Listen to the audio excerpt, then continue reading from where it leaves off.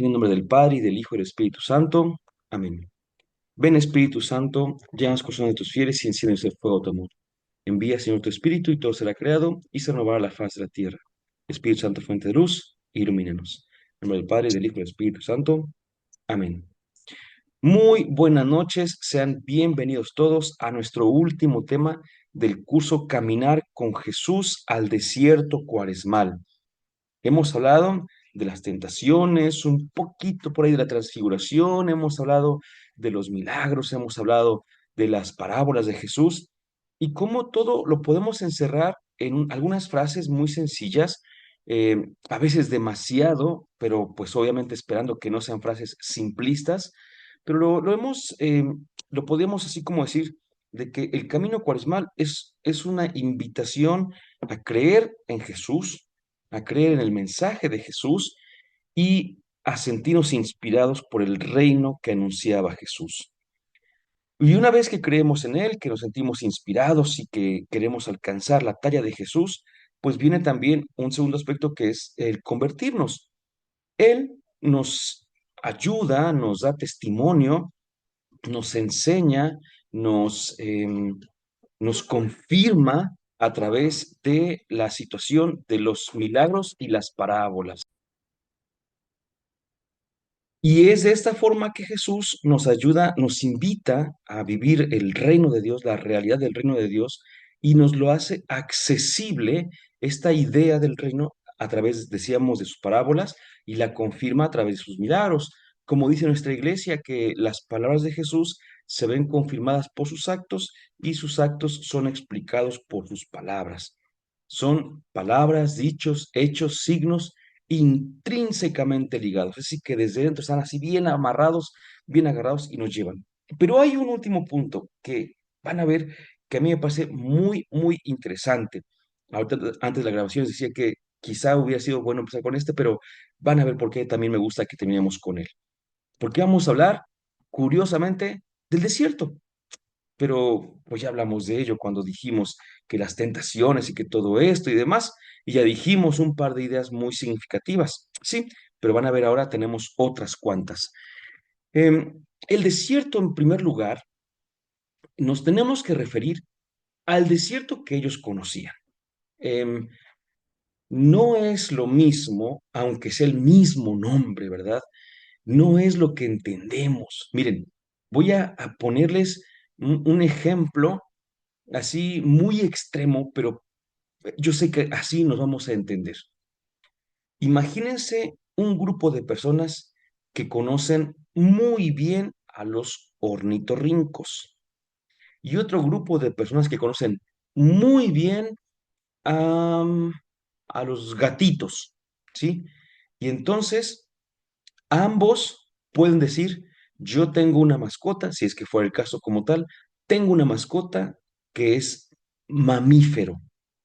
Los dos van a entender, los dos van a saber qué significa mamífero, pero la idea de mamífero que tiene cada uno es muy diferente, porque sabemos que mientras que los gatos son mamíferos y entran en lo ordinario de todos los días de los mamíferos, sabemos que los ornitorrincos son una especie rarísima, al menos para nosotros, por supuesto, pero si alguien solamente tiene la experiencia del ornitorrinco, entonces dirá, ah, es que los mamíferos son así, y dirá el otro, no. Ah, claro que sí, porque aparte tienen pico. No, no, ¿cómo crees? Y claro que sí, porque aparte de eso, no. Entonces, aunque sea la misma palabra y esa palabra sea esencial al animal que estamos hablando, aún así se entienden cosas distintas. Entonces, ¿qué entendían los judíos cuando decían la palabra desierto? ¿Sí? Ese es el punto con el que empezamos en este momento. Y es que en este caso, el desierto es, me permito leer, un lugar real que pertenece a la geografía histórica del pueblo de la Biblia. Ellos no hablaban del desierto de manera teórica, así como pues hemos escuchado que existe un... No, no, no. Ellos hablaban del desierto porque lo estaban viendo. Me acuerdo que algún biblista decía que cuando ellos estudian Biblia es muy común, bueno, evidentemente para los que estudian a lo mejor en Jerusalén principalmente, en Roma también puede ser y les queda mucho más cerca, pero hay escuelas bíblicas en Jerusalén. Este, y bueno, pues a lo mejor algún biblista que estudie en nuestro país, por ejemplo en México, también podrá tener esa experiencia en algún momento, pero pensemos en los que estudian en Jerusalén, ellos dicen los biblistas que a ellos les entra el estudio de la palabra por los ojos, ¿sí? Nosotros, yo les puedo decir, por ejemplo, ¿no? Que el mar de Galilea es un mar muy grande, que mide 21 kilómetros de largo por 12 de ancho, que tiene tantos metros por abajo y que de allí surge el río Jordán, bueno, ya venía desde antes, pero surge el río Jordán y que baja casi toda la Tierra Santa hasta llegar al Mar Muerto. Y les puedo decir porque yo lo sé, pero que yo lo haya visto es muy diferente.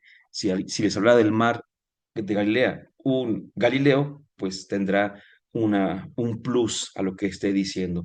Entonces, cuando uno ve justamente lo que está diciendo, es más evidente, ¿no? Así pues, cuando ellos hablaban del desierto, hablaban de una realidad que conocían.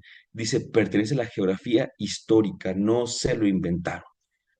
El desierto es de entrada, un lugar inhóspito y peligroso, una Eres Geresá, que en hebreo se traduce como una tierra arrancada en palabras de Levítico 16:22, es decir, una tierra separada radicalmente del mundo vital destinado a los hombres. ¿Qué significa esto? Que los hombres vivían en ciudades, no en el desierto.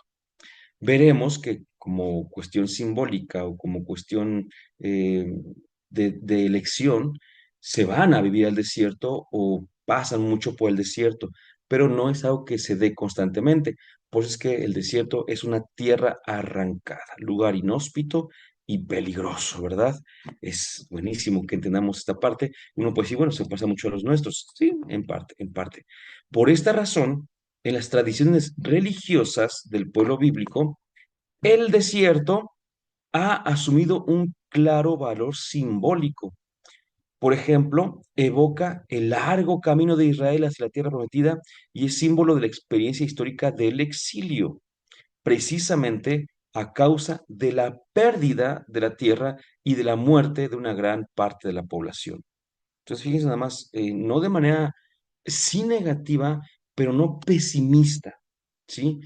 El desierto es algo duro, difícil, en primer lugar. Yo creo que esa imagen, repito, la tenemos como que muy sencilla, muy accesible.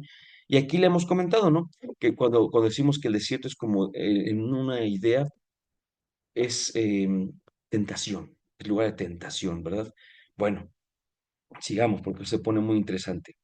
No obstante, su carácter eminentemente negativo, según lo que estamos diciendo, por supuesto, el desierto es también el lugar en el cual se revela al hombre una verdad esencial. Aquí, como decimos, aquí hemos dicho que el desierto es lugar de tentación, pero también de alianza. Precisamente allí, donde no existen medios adecuados para subsistir, en medio de la pobreza y de la indigencia, en la experiencia límite de los propios recursos, Dios se hace presente a través de signos modestos pero eficaces. No es el gran signo que parta no sé, una piedra enorme y de la cual brote y se haga un manantial para que alguien viva en el desierto. No, no, no. A veces son cosas muy, muy sencillas, muy poquitas, así, muy pequeñas, vaya, que hacen que el hombre entre en este diálogo con la realidad divina y que llegue incluso a ser un diálogo con Dios mismo, por supuesto. Por eso, esta es la paradoja del desierto bíblico. Es un lugar de muerte en el que Dios también se revela y hace posible la vida. Por eso lo decíamos aquí con otras palabras. Esto es de un diccionario que me encantó como lo decía y pues se los comparto. Eh, entonces el desierto es un lugar que está como en una balanza, ¿no? A ver, así, una balanza. Entonces en esta balanza a veces podemos pensar que hay como muerte, que va bajando, que hay como tentaciones, ya hemos dicho, pero a veces hay vida, a veces hay alegría, a veces hay alianza. Entonces el desierto, un lugar geográficamente cognoscible y conocido, eh, se vuelve también una forma de predicar el encuentro con Dios, la fidelidad a Dios y la infidelidad a Dios también. Es importantísimo entonces que nos demos cuenta de que el desierto o hablar del desierto no es cualquier cosa, lo encontramos desde el principio de la Biblia hasta el final de la misma, en un sentido de la historia que se cuenta, por supuesto, ¿no?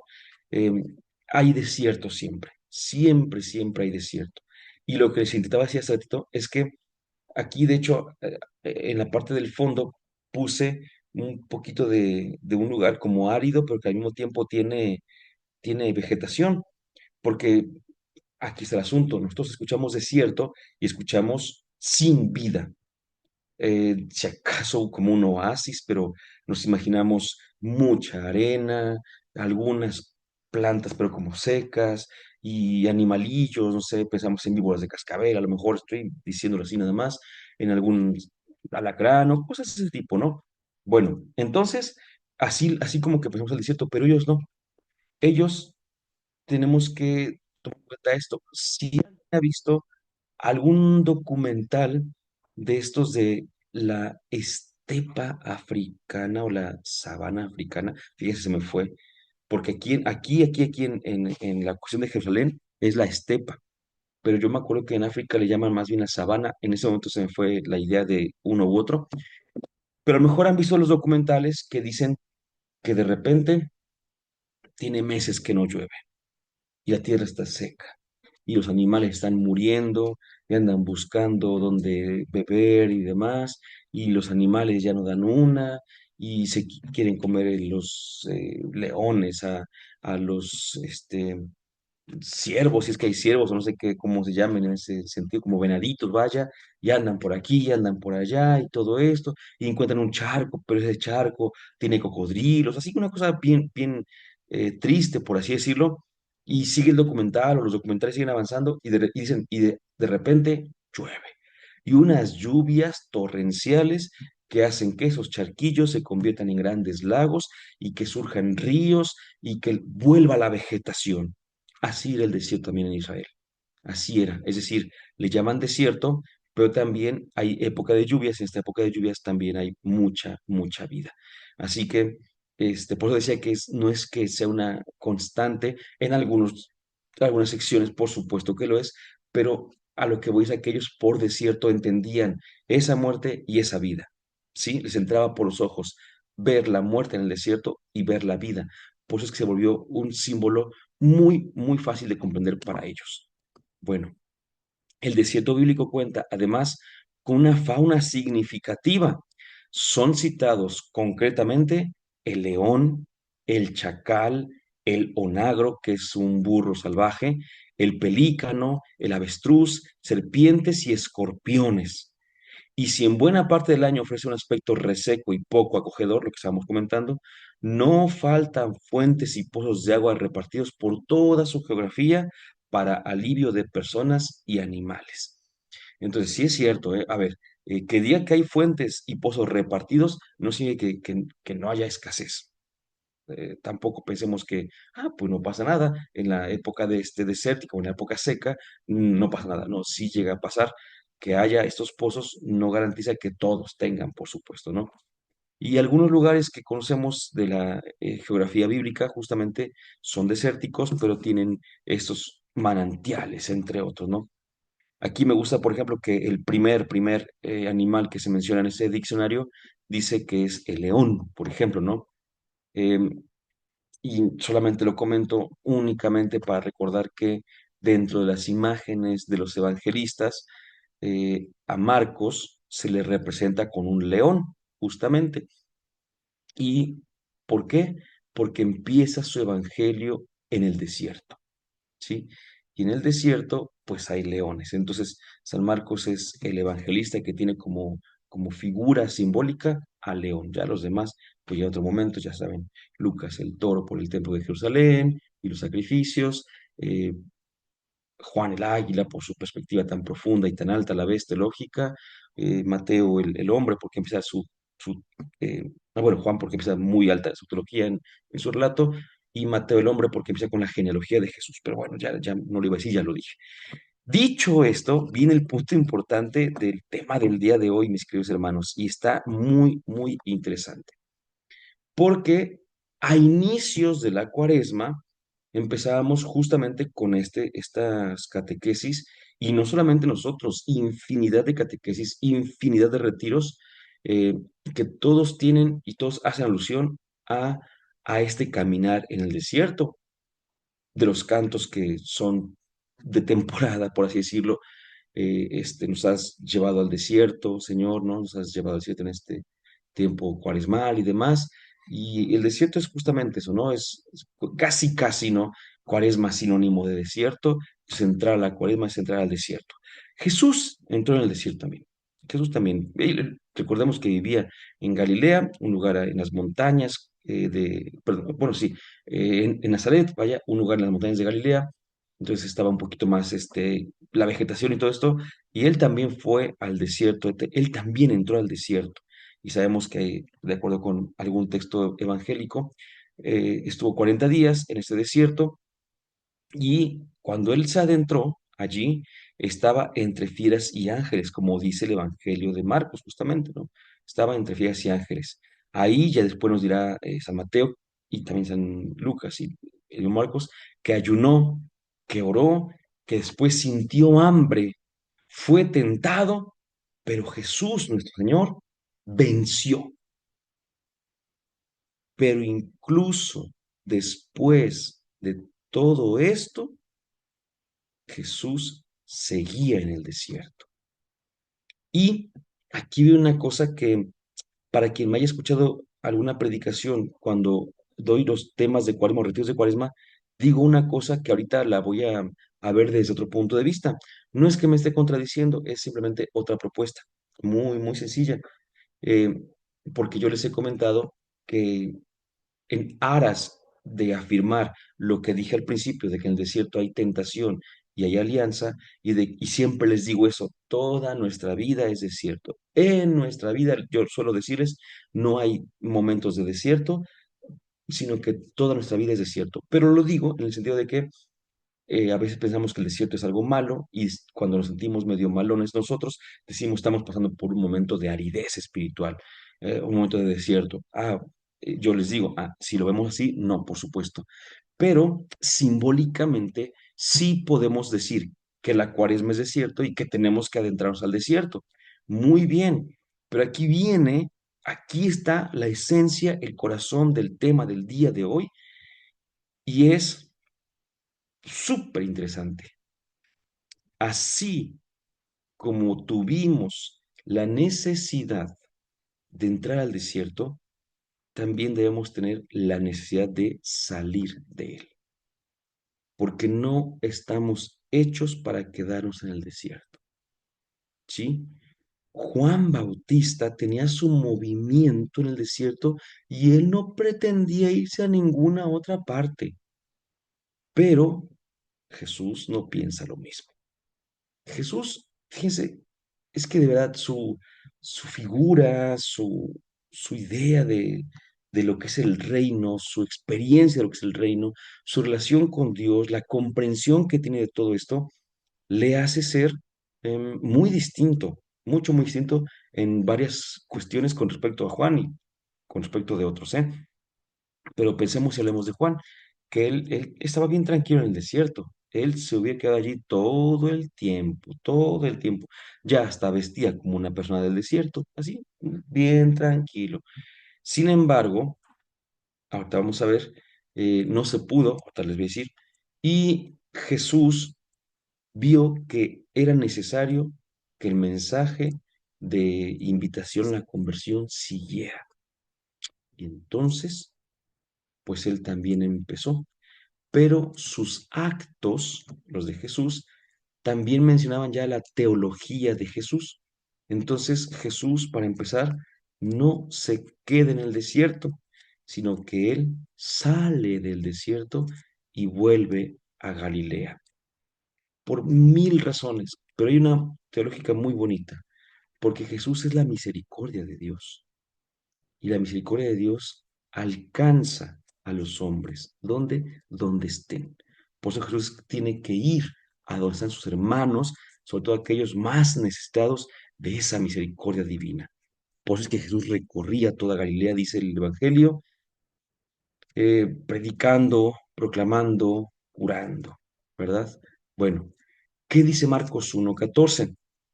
Dice que por aquellos días, más o menos, eh, apresaron a Juan. Y una vez que apresaron a Juan, Jesús se fue a Galilea. Ahí está, ahí está. Insisto, Juan se hubiera quedado en el desierto, pero no se quedó allí porque fue apresado. Recordemos pues que tenía un mensaje vigoroso y este mensaje vigoroso que él tenía pues lo llevó justamente a ser encarcelado. Muy bien, bueno, pues ya no, ya encarcelado está Juan. Pero Jesús, que era discípulo de Juan en ese sentido, no podía permitir que el mensaje tan bonito de Juan, que era una invitación constante a la conversión, se perdiera. Entonces lo que hizo Jesús fue justamente empezar él a predicar. Pero para poder ir a predicar, para que nos pudiera decir, escúchenlo, ¿cómo lo voy a decir? Para que nos puedan decir el miércoles de ceniza, el primer mensaje de Jesús que fue, arrepiéntete y cree en el Evangelio, conviértete y cree en el Evangelio, Jesús tuvo que salir del desierto para que se pudiera escuchar, el reino está cerca, conviértase y crea en el Evangelio, Jesús tuvo que salir del desierto. No sabemos, es mucho aventurarnos, pero hay cierta lógica, cuánto tiempo pretendía Jesús quedarse en el desierto con Juan. Es decir, uno por lógica puede decir que habría llegado indefectiblemente el momento en el que Jesús dijera, Juan, pues me tengo que ir, gracias por todo, pero tengo también un mensaje que quiero compartir con los demás. No sabemos, eso pudo haber sido en algún momento si no aparecen a Juan. Si no aparecen a Juan, también Jesús pudo haberse quedado con él en el desierto todo el tiempo, ¿verdad? No estoy seguro si se pasmó aquí, espero que no, pero bueno, lo que está diciendo es que si no hubiesen apresado a Juan, las opciones rápidas que tenía Jesús eran, uno, permanecer con él un tiempo más y luego irse para dar su propio mensaje, y dos, quedarse con él y pretender quedarse con él. Sin embargo, apresaron a Juan. Entonces Jesús, ¿qué es lo que hace? Opta, elige anunciar el mensaje, elige salir del desierto. No se puede quedar en el desierto porque él no es Juan. Él tiene que ir a sus hermanos. Y entonces viene la grandísima pregunta, mis queridos hermanos, que de verdad ya después va a ser muy sencilla. Nosotros hemos hecho mucho para poder adentrarnos al desierto cuaresmal, por supuesto, ¿no? Hacemos mucho para poder prepararnos para la Pascua a través de la cuaresma. Eh, hacemos cantos, hacemos retiros, hacemos cursos. Las misas son particularmente enfocadas en hablar de los desiertos cuaresmales, porque el tema que dimos en este curso, en general, Caminar con Jesús al desierto cuaresmal, no es novedoso ni es, vaya, algo que nunca se haya dicho, al contrario, es algo que está dentro de la corriente de la cuaresma. Pero ese, ahí el punto y que creo que hay que retomarlo. Ya entramos, ahora también hay que aprender a salir del desierto. Jesús salió del desierto porque Juan fue apresado y entonces él optó por volver a Galilea y empezar a predicar. Y nosotros tenemos que responder también a eso. ¿Cómo y para qué salir del desierto? Ya nos adentramos, pero mis hermanos, ya faltan 2 semanas, menos de 2 semanas, para que empiece la semana mayor en nuestra iglesia. Menos de 2 semanas. Entonces, ya hay que ir empezando a salir del desierto. Y aunque me costó poquito, tampoco tanto, pero me costó poquito, quise poner esta imagen final porque es justamente la idea. Si se dan cuenta, es camino desértico, pero es un camino que conduce a la civilización. Y es que a veces nos metemos, no digo que sea el caso concreto de ahorita, pero a veces nos metemos tanto en esta imagen del desierto, nos metemos tanto en a lo mejor estar pensando en cómo entrar, en qué acciones realizar, en cuánto ayunar, en cuánto orar, en cuánto leer la Biblia, que ninguna de las cosas está mal, son totalmente necesarias, son imprescindibles, pero eso es para entrar a la cuaresma. Ahora hay que aprender a salir de la cuaresma, hay que aprender a salir del desierto para poder vivir la Pascua. Y es que aquí viene una cosa bien simpática, que invariablemente lo que veremos en una semana y media no va a ser el inicio de la Semana Santa, sino el inicio de las vacaciones. Porque, y obviamente yo sé que algunos de aquí presentes no, algunos de aquí presentes van a decir tranquilamente, no, Sergio, yo sí, sí celebro bien la Semana Santa, perfecto, bendito es el Señor. Pero hablemos de nuestra iglesia en general. Nuestra iglesia en general no ve el inicio de la Semana Santa como tal, menos cuando está en época, por supuesto, ya de etapa adulta, vaya, porque tiene que trabajar y todo esto, y a lo mejor nada más le dan el jueves y el viernes santos, y ya, entonces no ve una Semana Santa. O sea, yo me acuerdo que cuando iba de misión, que era joven, fui por lo menos unas 20 veces de misión entre Semana Santa, verano y otros momentos, pero de Semana Santa sí fui muchísimas veces de misión, como unas 20 yo calculo.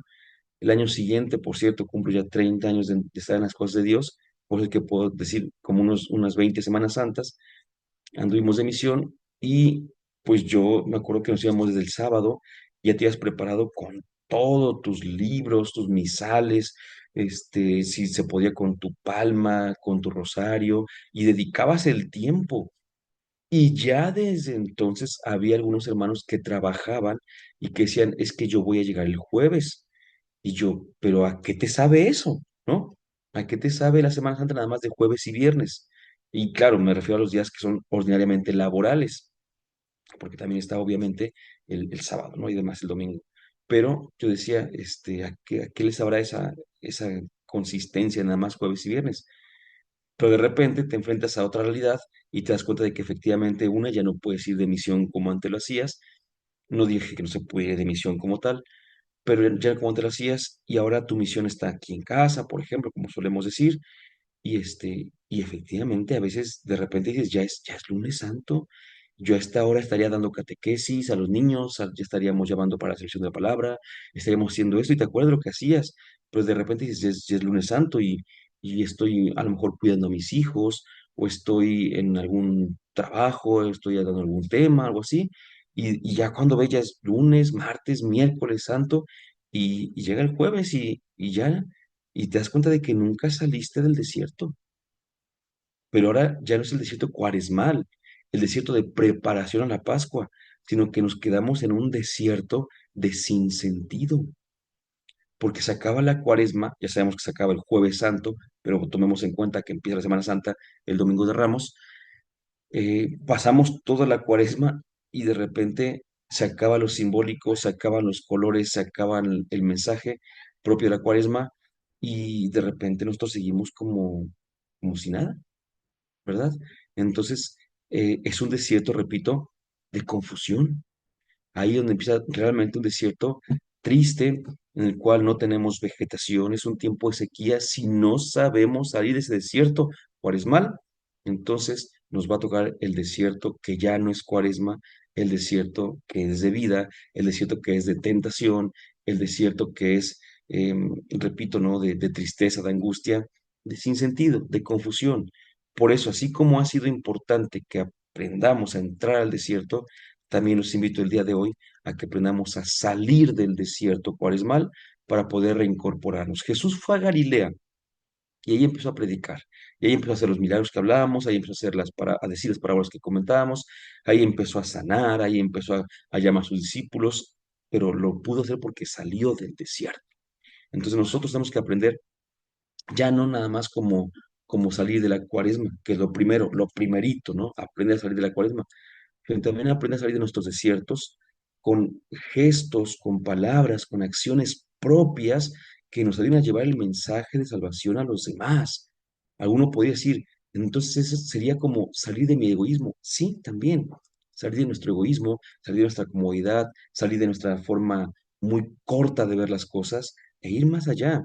Así como Moisés, la figura de Moisés está perfecta en este momento, porque Moisés estaba apacentando el ganado de su suegro Jetro y una vez dice que no encontraba dónde pastar, donde pastaran, vaya, el, ganado, y entonces los llevó más allá del desierto.